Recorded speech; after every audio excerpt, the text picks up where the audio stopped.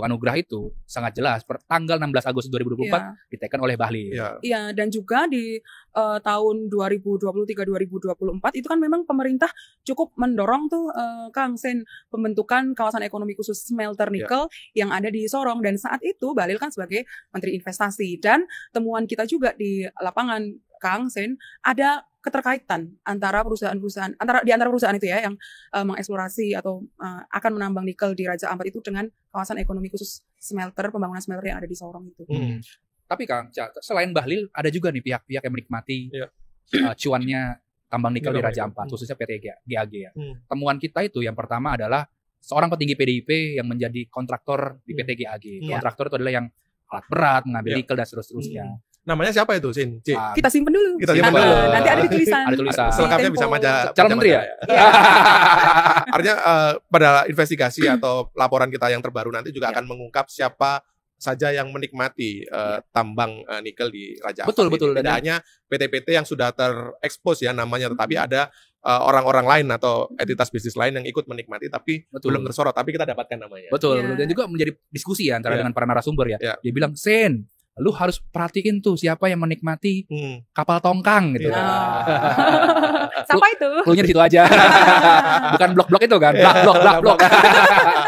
Tapi dengan segala isu kemudian persoalan yang dihadapi oleh Kementerian Energi dan juga Bahlil, apakah Bahlil dan juga timnya tentu saja ya Cik Sen melakukan upaya-upaya manuver untuk membendung ini? Yang gua dengar adalah dia sempat melakukan upaya-upaya agar jangan sampai isu soal tambang nikel di Raja Ampat ini menyasar atau pelurunya ke Bahlil semua nih.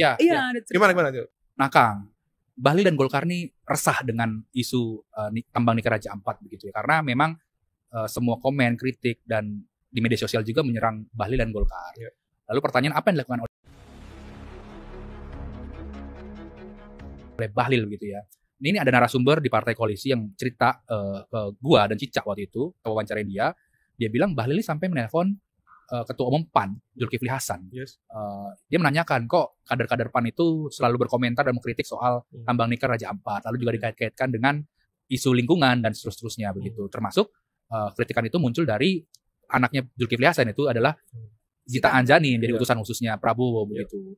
Nah, setelah itu akhirnya Zulkifli Hasan menanyakan tuh ke para anak buahnya kan, kenapa ini seterusnya. Belakangan diredamlah oleh orang-orang PAN itu, tidak mengkritik lagi Bahlil begitu ya.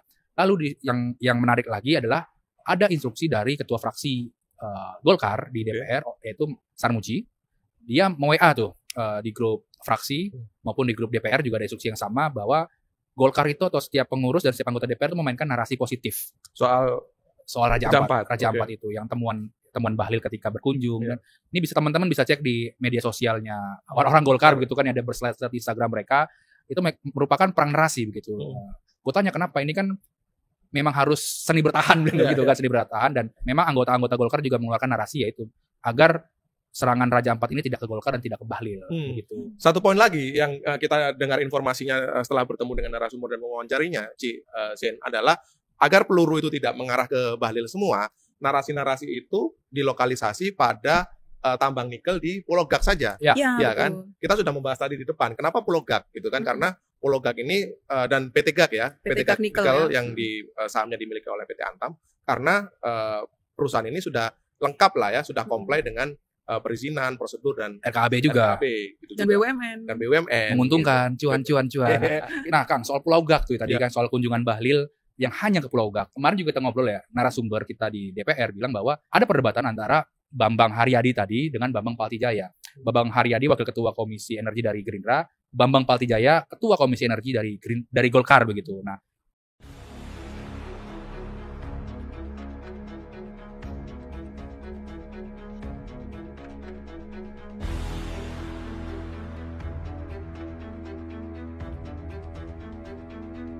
seperti apa yang udah kita tahu, proses-proses korupsi yang sudah ada aja itu belum ada realisasinya, yang diinginkan masyarakat seperti apa belum ada kan gitu. Cuma saya udah selesai sampai di sini, saya cuman menanggapi tema dari host ini. Semalam di komal saya kan Bang Juli juga ada barangkali ya, ada teman yang menginfokan kalau surat pemakzulan Gibran ini sudah diterima sama DPR. Yang kita tuntut realisasinya, apa langkah-langkah yang dilakukan sama DPR ke depannya. Itu yang kita tunggu, kan begitu. Jadi ada juga sedikit info mungkin agak menghangatkan kita ya untuk terjadinya sebuah pemakzulan itu. Karena partai-partai yang bisa dibilang partai burung gitu ya sudah bergabung dengan PDIP untuk ada sebuah kesepakatan untuk kedepannya gitu Bang. Itu info dari teman-teman di Garis Perjuangan juga, dia menyatakan itu ada datanya, ada infonya, dan mereka tahu itu semua gitu loh. Jadi partai-partai boleh dikatakan partai kecil ya itu sudah bergabung semua, termasuk juga partai buruh sudah bergabung dengan koordinasi mungkin partai PDIP. Nah, kesepakatan mereka pun yang dibicarakan kita belum tahu ada apa nih ke depannya. Tapi ini memang tentang pemakzulan Gibran. Ya, kita harapkan ya respon dari DPR untuk ke depannya seperti apa. Kita menunggu gitu loh. Mudah-mudahan sesuai dengan keinginan masyarakat semua gitu loh ya.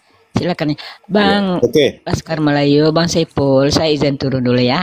Tunggu dulu Maya, tunggu dulu, saya sedikit narasi ya. Sedikit aja, nanti habis Maya turun. Jadi saya juga sebenarnya ada mendengar itu Maya, cuma saya nggak mau terlalu buka karena gini, saya takut nanti saya buka tidak berjalan seakan-akan saya menciptakan framing positif padahal hasilnya negatif gitu. Saya udah dengar.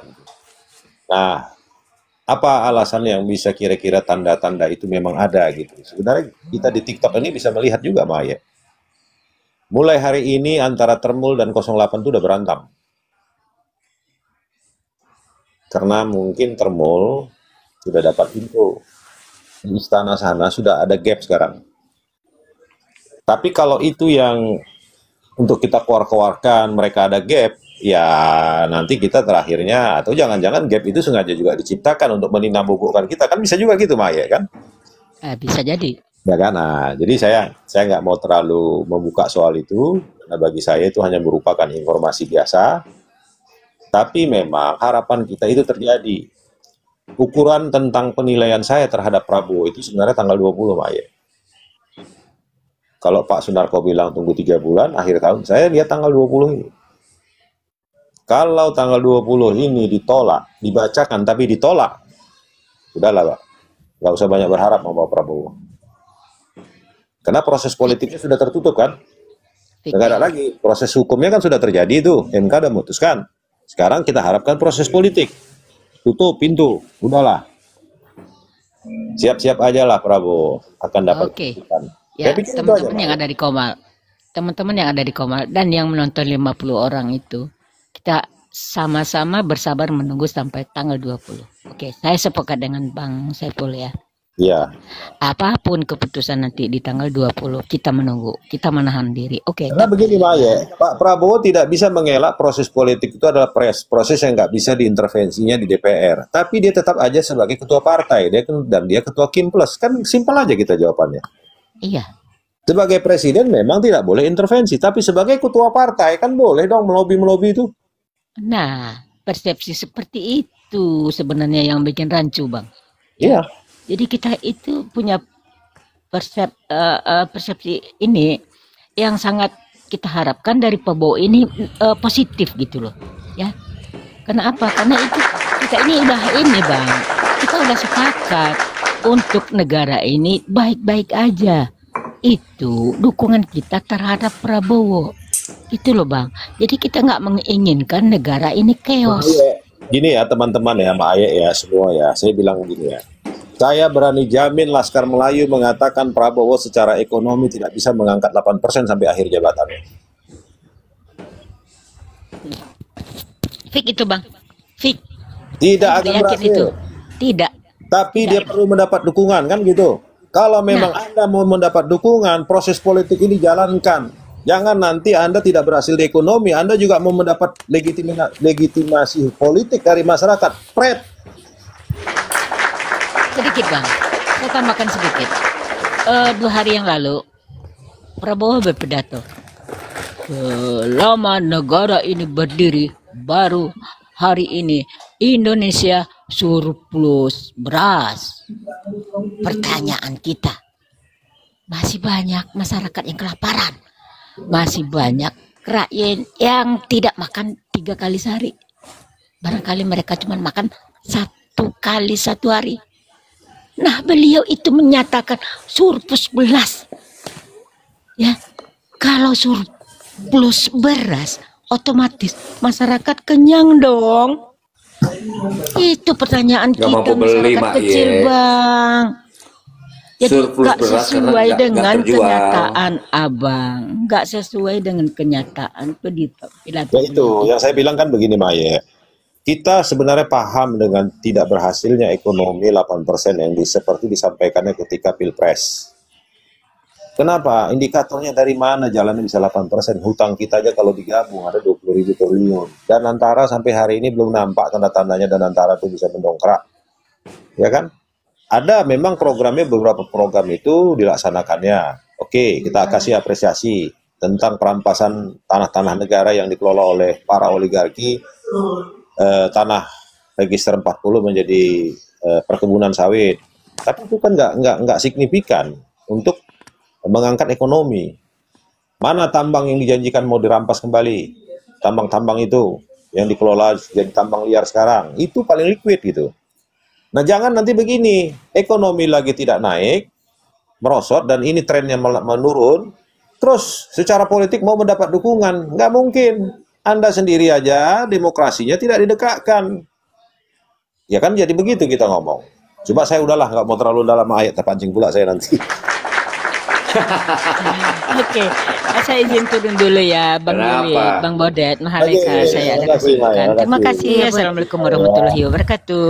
Waalaikumsalam. Saya juga izin closing, Bang Laskar. Closing statement dulu, Maleka. Baru turun. Lanjut, Maleka. Mengenai tadi tentang memakzulkan ya. Nah, gini Bang Laskar, kemarin saya lihat berita di mana ya? Tempo atau apa ya gitu ya? Assalamualaikum. Waalaikumsalam, Bang Diki. Waalaikumsalam.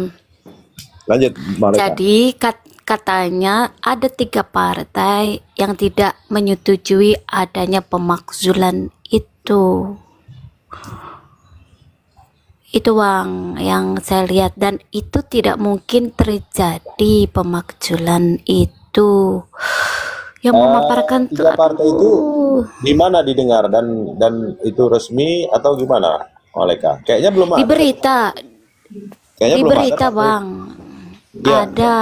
Setahu saya belum ada. Itu analisa. Oh, analisa. Analisa. Oh ya, analisa boleh aja. Analisa di berita bahwasannya juga saya ada dengar juga analisa hukum tata negara para profesor itu di TV One ketika diadu debat sama sekretaris Forum Purnawirawan ya. Dia mengatakan yang namanya final and banding itu tidak lagi ada. Kita itu bisa mengajukan, menggugat. Dia lupa. Ini 4 pulau ini. Itu jelas-jelas kalau kita mengacu pada pembentukan undang-undang pembentukan peraturan perundang-undangan ya nomor 13 ya 2011 kalau nggak salah ya, bahwa tingkatan surat keputusan menteri itu berada di tingkatan hierarki perundang-undangan, itu di tingkatan kelima paling ujung tuh, dari yang awalnya Undang-Undang Dasar 45 kan begitu. Jadi 4 tingkatan yang diloncatkan lagi sama dia itu prosesnya, dan itu cacat hukum. Cacat hukum itu kalau semuanya kita lihat dari segi level hierarki perundang-undangan, cacat hukum. Jadi sesuai peraturan pembentukan perundang-undangan tersebut bahwa keputusan menteri, peraturan menteri, Perpres, Perpu, PP di bawah Undang-Undang 45 itu harus mengacu pada undang-undang yang di atasnya itu tuh. Tidak boleh kontra, nggak boleh kontra. Itu pelanggaran pertama yang dilakukan oleh Tito Karnavian. Lalu yang kedua pelanggarannya ya Dia yang kedua itu juga ikut mencoreng nama baik Indonesia tuh ke dunia internasional. Karena di Memorandum of Understanding Helsinki tahun 2005 ya, itu diatur tuh tapal batas. Acuannya itu perjanjian tapal batas 1 Juli 1959 terkait tapal batas wilayah Aceh itu tuh. Dan perjanjian itu pun digunakan oleh data peta Direktorat Topografi TNI AD dan TNI AL tuh. Skepang 5-nya lengkap. Keputusan kasatnya lengkap. Kan begitu tentang tapal batas wilayah tuh nasional. Karena kenapa? Saat tapal batas ditetapkan, maka itu akan menjadi rujukan dengan tapal batas perbatasan antara RI dan negara tetangga lainnya, termasuk di perairan lepas, laut lepas, kan begitu. Jadi sudah ada 3 ya. Lalu kita bicara lagi masalah perjanjian Helsinki ya. Lalu di Undang-Undang Nomor 11 tahun 2006 itu, acuannya Undang-Undang Helsinki MOU Helsinki itu tahun 2005 tentang kewenangan khusus yang diberikan kepada pemerintah Aceh untuk mengelola sumber daya alam. Nah, saya melihat nih bahwa apa yang dilakukan oleh Mendagri kental sekali aromanya ini untuk menghindari kewenangan khusus tersebut. Dan kemungkinan besar ada sumber daya alam yang cukup besar di wilayah tersebut. Ya, kalau saya cari datanya di informasinya, tapi di Google nggak ketemu. Gitu. Itu ada informasi dari wilayah unit kerja 2 ya. Amandan nih kalau nggak salah, Amandan 2 ya, bahwa ditemukan cadangan migas di dekat wilayah tersebut, dan itu jumlahnya luar biasa. Kalau tadi malam saya pakai rumusan yang mereka gunakan untuk kapasitas produksi per tahun dengan 6 TVC kalau nggak salah, itu cadangan itu bisa tembus sampai 160 tahun cadangannya. Ini kan luar biasa sekali. Nah, apakah ini memang sengaja yang dilakukan oleh Tito Karnavian ini untuk mensiasati undang-undang pemerintah Aceh nomor 11 tahun 2006 ya, dan perjanjian Helsinki tersebut terkait kewenangan khusus